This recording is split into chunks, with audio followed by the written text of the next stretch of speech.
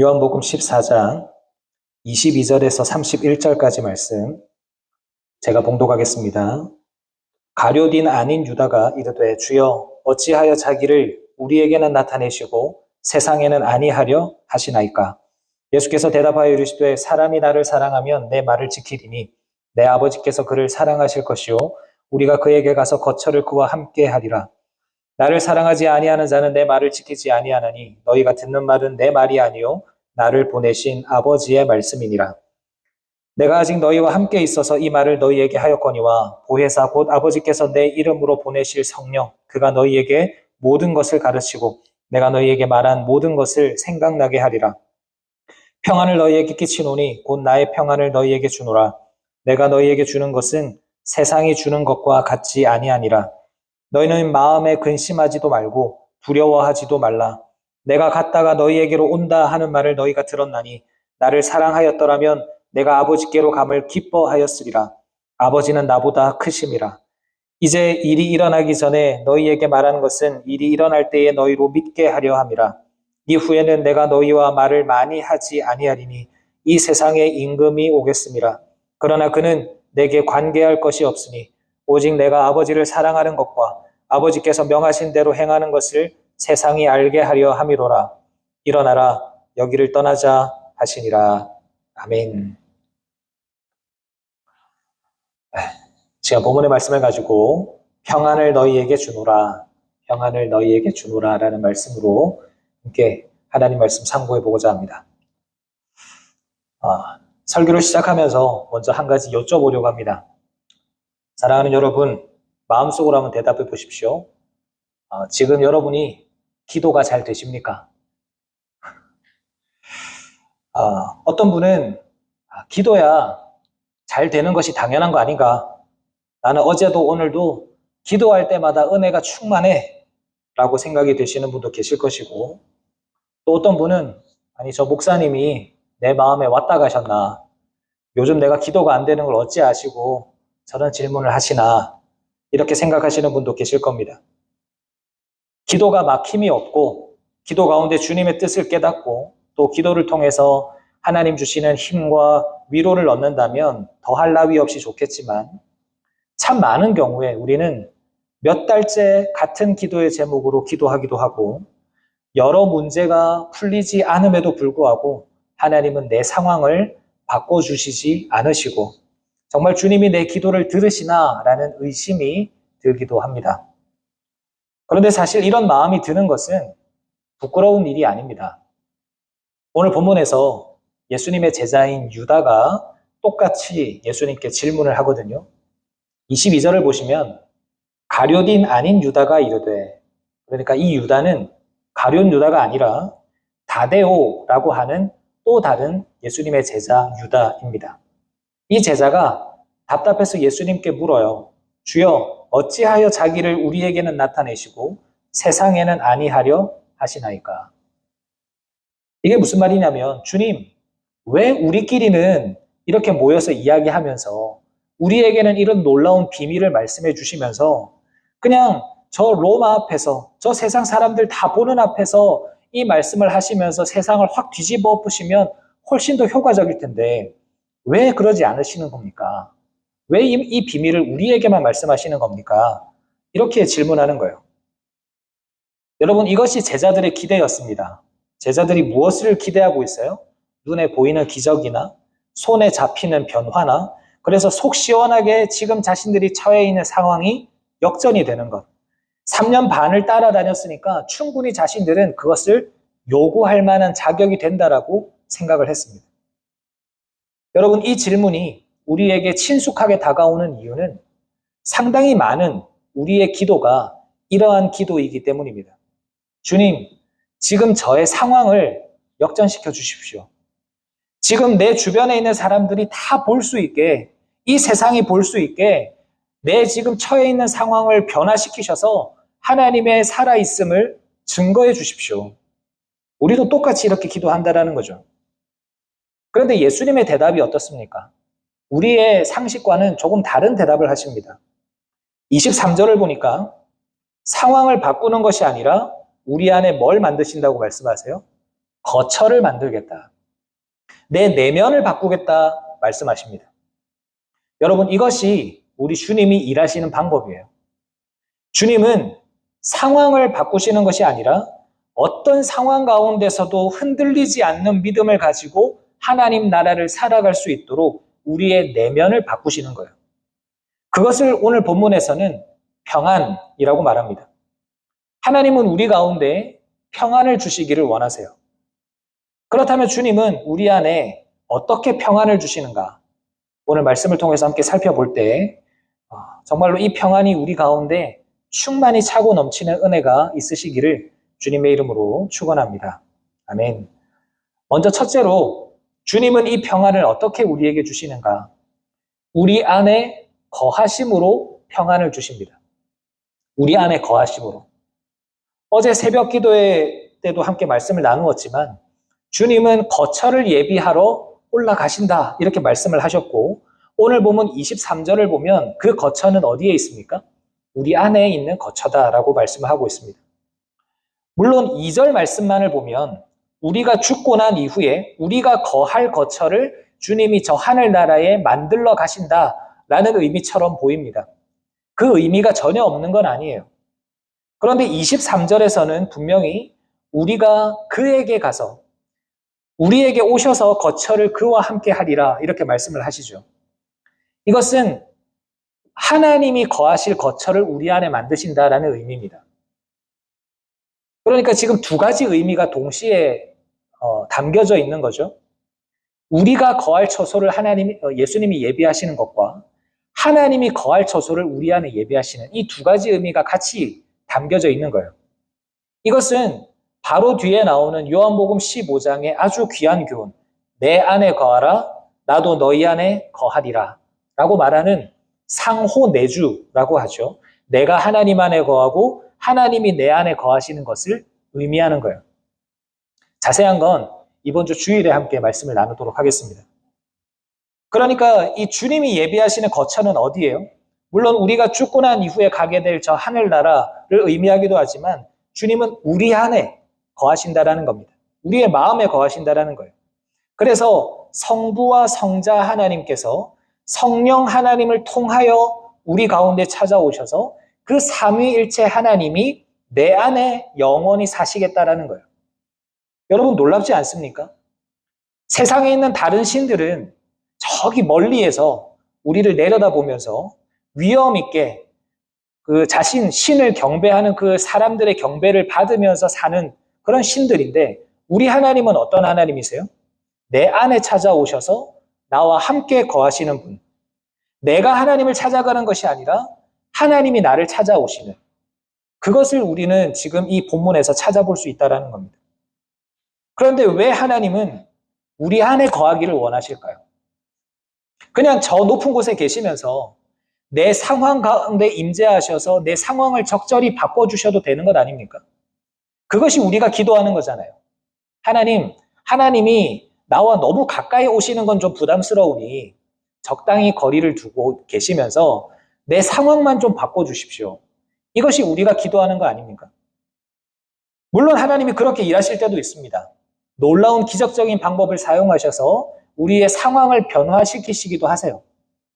그런데 만약 그것이 전부라면 하나님이 멀리 계시면서 내 상황을 바꾸시는 것만이 전부라면 우리의 평안은 어디에 묶여 있는 게 됩니까? 이 상황에 묶여 있게 되는 거예요. 상황이 좋아지면 평안을 얻고 상황이 여전히 좋지 못하면 평안하지 못하는 그런 상태에 머물러 있는 겁니다. 이런 평안은 너무 연약하죠. 금세 사라질 수 있고 금세 빼앗길 수 있는 연약한 평안입니다. 그래서 주님은 어떤 방법을 사용하시느냐? 저 멀리 계시면서 우리의 상황을 바꾸시는 것이 아니라 뭘 바꾸세요? 나를 바꾸시는 거예요. 내 내면을 바꾸시는 거예요. 내 안에 거하시면서 상황이 어떻게 되든 상관없이 늘 평안할 수 있는 상태로 우리를 바꾸시는 거예요.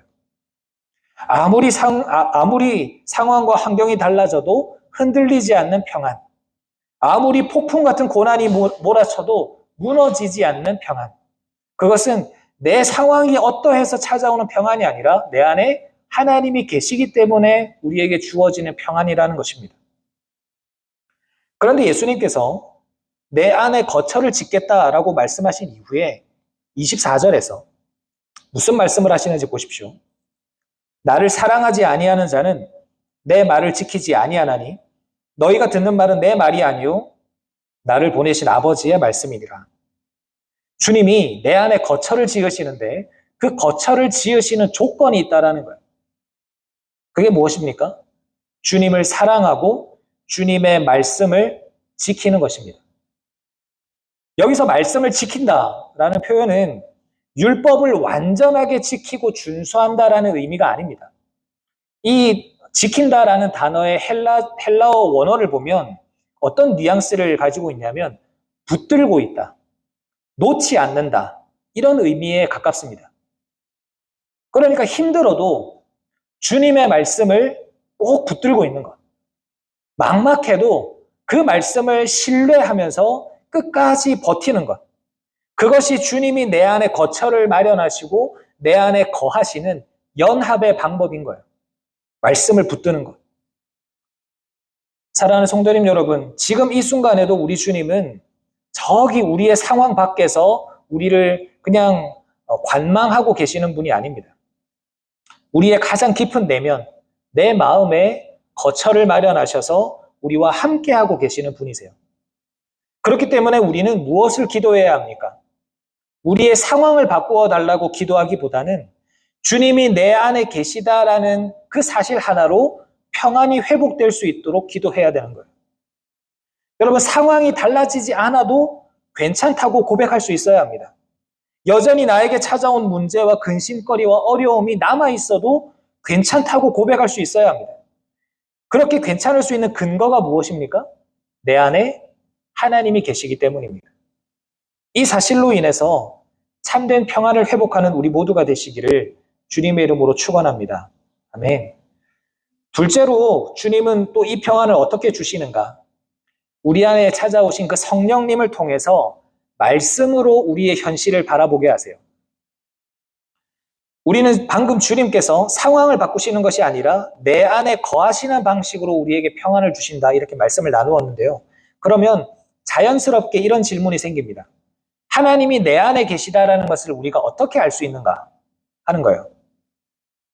성도님 여러분, 우리 안에 하나님이 계십니까? 그것을 어떻게 우리가 알 수 있죠? 믿지 않는 사람들이 당신 안에 하나님이 계십니까? 증거를 보여주십시오 라고 한다면 뭐라고 대답하시겠습니까? 이것에 대해서 예수님은 25절, 26절에서 이렇게 말씀하십니다. 내가 아직 너희와 함께 있어서 이 말을 너희에게 하였거니와 보혜사 곧 아버지께서 내 이름으로 보내실 성령 그가 너희에게 모든 것을 가르치고 내가 너희에게 말한 모든 것을 생각나게 하리라. 오늘 우리가 새벽에 나누었던 것처럼 이 보혜사라는 단어는 곁에서 부름받은 자라는 의미입니다. 그래서 요즘식으로 이제 번역을 해보면 변호사나 조언가나 대언가나 상담가 이런 의미입니다. 그런데 우리의 첫 번째 보혜사가 누구시라고 했었죠? 예수님이라고 했습니다. 예수님. 그래서 제자들은 예수님이 육신으로 이 땅에 계실 때 무슨 일이 생기면 누구에게 달려갔어요? 예수님께 달려갔어요. 예수님, 우리는 이제 어떻게 해야 됩니까? 예수님께 물었습니다. 그런데 이 예수님이 떠나시게 되면 우리를 도우시는 보혜사가 안 계시는 거잖아요. 그럼 이제 우리는 누구에게 가야 됩니까? 그 예수님의 빈자리를 채우기 위해서 예수님께서 우리에게 보내주신 또 다른 보혜사, 성령님께 묻는 겁니다. 하나님께서 예수 그리스도를 대신해서 예수 그리스도의 이름으로 보내주시는 그 성령님. 그러니까 엄밀히 말하면 예수님은 떠나가신 것이 아니라 더 가까이 오신 거예요. 내 곁에 계시면서 나와 함께 하시던 분이 이제는 내 안으로 들어오시게 된 겁니다. 그런데 그 성령님이 내 안에 계시면서 무엇을 하시는가? 26절을 보면 그 성령님의 사역을 두 가지로 이야기합니다. 첫째는 가르치세요. 모든 것을 가르치십니다. 이 말은 무슨 말이냐면 성령님은 예수님과 무관한 새로운 것을 말씀하시는 분이 아니라 예수님의 십자가가 어떤 의미가 있는지, 또 부활이 내 삶과 어떻게 연결이 되는지, 하나님의 말씀 속에 담겨져 있는 의미가 무엇인지를 우리가 깨달을 수 있도록 말씀이신 예수의 영이시면서 동시에 성경의 저자이신 성령님이 우리에게 말씀해 주시고 가르쳐 주시는 거예요. 그래서 우리가 성경을 읽을 때 평소에는 잘 이해되지 않다가 이 말씀이 이런 의미구나 깨달아지는 것이 있다면 그것이 누구의 역사라는 거예요? 성령님의 역사라는 거예요. 또 하나는 생각나게 하세요. 예수님께서 말씀하신 모든 것을 내 안에서 생각나게 하십니다. 여기서 생각나게 한다라는 이 단어는 헬라어 원어를 보면 단순한 기억 회상, 예전에 그런 말씀을 하셨었지 정도가 아니라 삶의 결정적인 순간에 전에 들었던 말씀이 선명하게 떠오르는 것을 의미해요. 두려워하지 말라. 내가 너와 함께하고 있다. 내가 너를 결코 떠나지 않겠다. 이미 내가 알고 있었던 말씀이고 수없이 들어왔던 말씀인데 결정적인 순간에 그 말씀이 내 가슴 속에 떠오르면서 나를 살게 하고 나에게 힘이 나게 하는, 그것이 성령님이 말씀을 생각나게 하게 하시는 역사라는 겁니다. 그러니까 정리하면 이런 거예요. 성령님은 내 삶에 꽉 막힌 현실 가운데 말씀의 빛을 비춰주시는 분입니다. 내 눈으로 보면 내 눈에 이 상황은 절망뿐이고 근심뿐이에요. 예수님이 떠나가신다라는 근심의 상황뿐입니다. 그런데 그것을 하나님의 관점으로 보게 하시고 그 가운데서 하나님의 뜻을 깨닫게 하시고 그 말씀을 생각나게 하시는 분. 예수님이 떠나가시는 것이 우리에게 슬픈 일이 아니라 더 가까이 오시기 위한 하나의 은혜구나. 예수님이 가시는 것이 우리에게는 더 복이구나. 이것을 깨닫게 하시는 분이 성령님이라는 겁니다. 그러니까 우리는 어떤 상황 가운데서도 이 상황을 바라보는 눈이 달라지고 이 상황을 해석하는 능력이 달라지니까 상황의 어떠함과 상관없이 내 안에 계시는 성령님으로 인해서 평안할 수가 있는 거예요. 여기서 우리가 기도에 대해서 다시 한 번 더 생각해 볼 필요가 있습니다. 우리는 종종 기도를 이렇게 생각합니다. 내가 가지고 있는 나의 상황과 어려움을 하나님께 이야기하는 것. 내가 힘들고 아프고 막혀있는 이 모든 것들을 이야기하면서 하나님께 해결해 달라고 요구하는 것. 물론 이것도 다 기도입니다.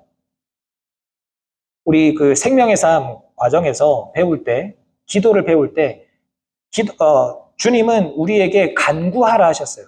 우리의 필요를 간구하라 하셨어요. 그래서 이것들도 다 기도입니다. 우리가 해야 하는 기도예요. 그런데 오늘 본문이 가리키고 있는 기도는 이것보다 더 한 차원 깊은 기도입니다.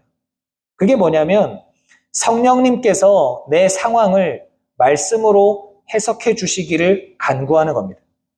하나님, 내가 바라보는 시선으로 현재 나의 삶의 상태를 해석하지 않게 하시고 말씀으로 이 상황을 바라보게 해 주십시오.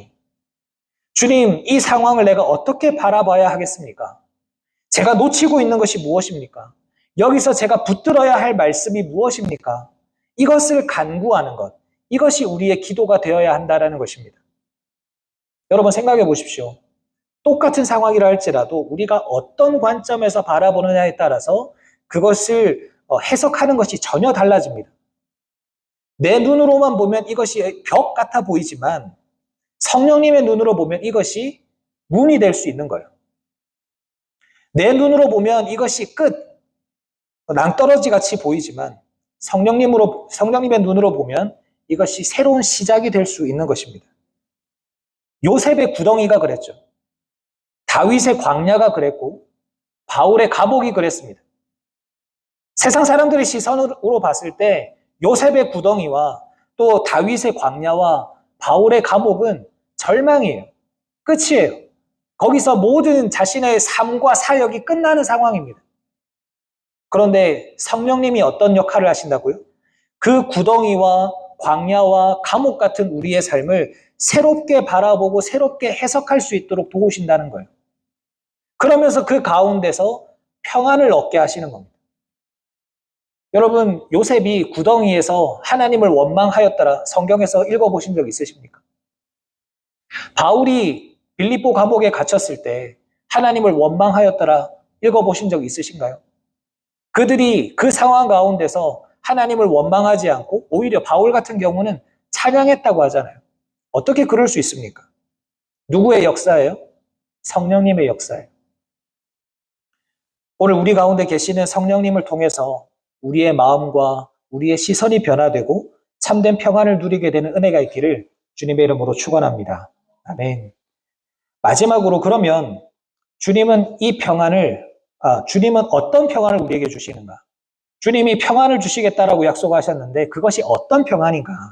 그것은 조건적인 평안이 아니라 순종으로 완성되는 절대적인 평안을 주세요.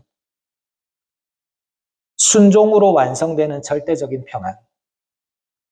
주님은 우리 안에 거처를 삼으시고 그 가운데 거하심으로 말미암아 말씀으로 우리의 상황과 현실을 바라볼 수 있도록 우리를 변화시켜 주신다라고 말씀을 드렸습니다. 그런데 예수님이 여기서 말씀을 끝내지 않으세요. 여기서 그걸로 충분해 라고 말씀하지 않으세요. 성령님이 너희 가운데 계시면 그걸로 끝 이렇게 말씀하지 않으세요. 우리에게 뭘 요구하세요? 결단을 요구하십니다. 27절을 보시면 주님은 평안을 너희에게 주노라 라고 말씀하시면서 이 평안은 세상이 주는 것과 같지 않다 이렇게 말씀하세요. 여러분 세상이 주는 평안이 뭐죠? 상황이 좋아지면 얻어지는 평안입니다. 그죠? 사업이 잘 되면 얻어지는 평안, 돈이 많이 벌어지게 되면 얻어지는 평안, 가족들이 다 건강하게 되면 얻어지는 평안, 상황이 좋을 때 얻어지는 평안이 세상이 주는 평안이에요. 그런데 그 상황이 변화되면 어떻게 됩니까? 그 평안은 금방 사라져버리고 말죠. 하지만 주님 주시는 평안이 무엇입니까? 지금 예수님이 어떤 상황이세요? 이제 조금만 더 뒤로 가면 예수님이 십자가에 매달리세요. 몇 시간 뒤면 예수님은 십자가에 달려 죽임 당하시게 될 겁니다. 그런데 예수님이 뭐라 말씀하시냐면 나의 평안을 너희에게 주노라라고 말씀하세요. 십자가를 앞두신 예수님의 마음 속에 뭐가 있는 거예요? 평안이 있는 거예요. 어떻게 그럴 수 있습니까? 지금 예수님이 충만히 누리고 있는 이 평안이 무엇입니까? 아까 우리가 살펴본 것처럼 하나님과의 연합 가운데서 오는 평안이잖아요. 절대적인 평안. 내가 아버지 안에 거하고 아버지께서 내 안에 거하시는 상호내주. 그 가운데, 그 연합 가운데 누리는 평안. 그 평안이 예수님 가운데 충만했고 그 평안을 우리에게 주겠다 약속하셨어요. 근데 그 평안이 우리에게 어떻게 주어지는가? 어떻게 우리가 그것을 누릴 수 있는가? 본문 31절 마지막을 보십시오. 예수님께서 이렇게 말씀하세요. 일어나라, 여기를 떠나자라고 말씀하세요. 여러분 지금 일어나라, 여기서 떠나자라고 말씀하시는 거는 예수님이 지금 어디로 가자고 말씀하시는 거예요? 네? 예루살렘 밖으로 떠나서 우리가 도망을 치자 이렇게 말씀하시는 겁니까? 로마 군사들이 나를 잡으러 올 거니까 빨리 여기서 도망가야 된다. 그 말씀을 하시는 건가요? 아닙니다. 어디로 나아가자? 십자가로 나아가자요. 배신과 고통과 죽음이 기다리고 있는 그 자리로 일어나라, 가자라고 말씀하시는 겁니다. 여러분 지금 예수님의 이 발걸음은 끌려가는 게 아니죠. 패배자의 발걸음이 아닙니다. 주님은 기꺼이 그 자리로 가자 말씀하세요. 어떻게 그게 가능합니까? 31절을 다 처음부터 끝까지 한번 읽어보겠습니다. 31절. 다 같이 읽겠습니다. 시작. 오직 내가 아버지를 사랑하는 것과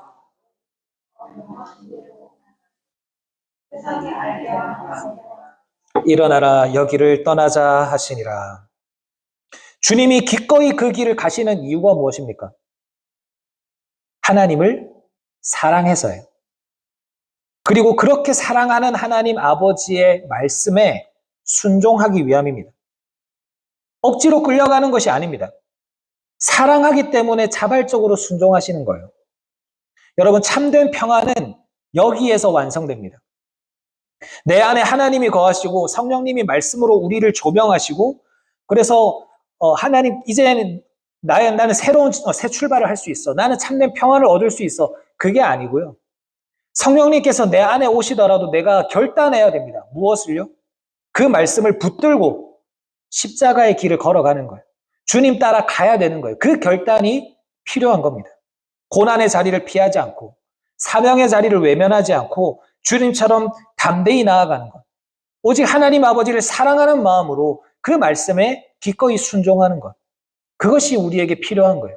그렇게 결단할 때 우리에게 주님 주시는 평안이 찾아온다라는 겁니다. 여러분, 이 길은요, 그냥 손쉽게 우리가 감당할 수 있는 길이 아닙니다. 쉽게 결단할 수 있는 길이 아니에요. 왜냐하면 30절 때문입니다. 30절에 뭐라고 말씀합니까? 이후에는 내가 너희와 말을 많이 하지 아니하리니 왜요? 이 세상에 임금이 오겠습니다. 십자가의 때가 가까이 오니까 이 세상의 임금인 사탄이 움직이고 있습니다. 그런데 예수님은 그 사탄이 움직이는 것에 대해서 뭐라 말씀하세요? 그는 내게 관계할 것이 없느니라. 원문을 직역해 보면 그는 내 안에 아무것도 가지고 있지 않다. 이렇게 번역할 수 있어요. 무슨 말이냐면 사단은 예수님을 붙들거나 넘어뜨릴 수 있는 것이 아무것도 없다는 거예요. 왜 그렇습니까? 예수님 안에는 죄가 없기 때문이에요. 사단은 그 사람 안에 있는 죄를 통해서 권리를 주장합니다. 넌 내 소유잖아. 너는 죄의 종이잖아. 자신의 소유를 주장해요. 그런데 죄가 없으신 분 앞에서는 사단은 아무런 권리도 아무런 소유권도 주장할 수가 없습니다. 그래서 예수님 앞에서는 사단은 꼼짝도 못해요. 그런데 우리는 어떻습니까? 우리는 죄가 없습니까? 심각한 죄인이죠. 예수님에 비하면 우리는 너무나 심각한 죄인입니다. 그래서 우리는 사단이 붙들거나 넘어뜨릴 만한 것들이 너무나 많아요. 그런데 우리가 소망을 가질 수 있는 것은 무엇입니까? 우리가 누구 안에 있는 거예요? 예수 그리스도 안에 있는 거예요. 예수 그리스도의 보혈로 우리가 하나님 안에 거하고 있는 겁니다. 우리의 모든 죄가 씻음받았고 그래서 사단은 하나님 안에 있는 자, 예수 그리스도의 보혈 안에 있는 자는 건드릴 수 없어요. 우리에게 권리를 행사할 수 없습니다. 그런데 그렇기 때문에 사단이 뭘 하냐면 거짓말을 하는 거예요. 거짓말. 자꾸만 우리 마음속에 어떤 마음을 주냐면 야, 네가 진짜로 하나님 앞에서 의인인 것 같아? 네 죄가 다 해결된 것 같아? 넌 여전히 죄인이잖아. 너는 끝났어. 하나님이 너를 버리셨어. 넌 안 돼. 이런 거짓말을 자꾸 심어줘요. 왜요? 직접적으로는 우리를 건드릴 수 없으니까. 우리를 넘어뜨릴 수 없으니까 우리에게 그런 마음들을 심어주는 거예요. 그래서 우리 스스로 넘어지게 만드는 겁니다. 그런데 사랑하는 여러분, 이 거짓말에 속아 넘어가지 마시기를 바랍니다. 오히려 그럴 때일수록 예수님께서 걸어가신 그 길, 일어나라 여기를 떠나자 말씀하신 그 십자가의 길을 따라서 두려움을 내려놓고 주님 손잡고 걸어가야 합니다. 그러면 세상이 알 수도 없고 줄 수도 없는 평안이 우리 가운데 찾아온다라는 거예요. 말씀을 마무리하겠습니다. 오늘 우리는 주님 주시는 평안에 대해서 세 가지를 살펴봤습니다. 여러분, 주님 주시는 평안은 우리가 어떻게 얻을 수 있습니까? 주님이 내 안에 거처를 삼으시고 내 안에 거하시면서 말씀으로 우리의 현실을 바라보게 하심으로 평안을 얻게 하십니다. 그리고 그 주님 주시는 평안은 주님을 사랑하는 마음으로 주님의 말씀에 순종할 때 우리에게 임합니다. 오늘 이 밤 이곳에 나와서 기도한다고 할지라도 우리의 상황이 달라지지 않을 수 있습니다. 나를 힘들게 만들고 근심하게 하는 문제들이 여전히 내 앞에 존재할 수 있습니다. 그러나 한 가지는 달라질 수 있습니다. 그것이 무엇입니까? 내 상황을 바라보는 내가 달라질 수 있습니다. 내 안에 하나님이 거하신다라는 사실, 성령님이 지금 이 순간에도 말씀으로 나를 붙들고 계시다라는 사실, 그리고 그리스도 안에 있는 나에게 사단은 아무런 권리도 행사할 수 없다라는 사실, 이것으로 우리는 마음에 근심하지 않을 수 있고 두려워하지 않을 수 있습니다. 세상이 줄 수 없는 평안을 누릴 수 있습니다. 그래서 아무것도 달라지지 않는다고 해도 내가 달라질 수 있으니까 우리는 하나님 안에서 참 평안과 자유를 누릴 수 있는 것입니다. 주님이 먼저 그 길을 걸으셨습니다. 사랑으로, 순종으로 그 길을 걸어가셨어요. 이제 우리의 차례입니다. 일어나서 여기를 떠나자 말씀하시는 그 주님 따라서 순종으로 십자가의 길을 걸어가시기를 바랍니다. 그리고 주님 주시는 평안을 누리며 그 길을 끝까지 완주하는 우리 모두가 되시기를 주님의 이름으로 축원합니다. 아멘.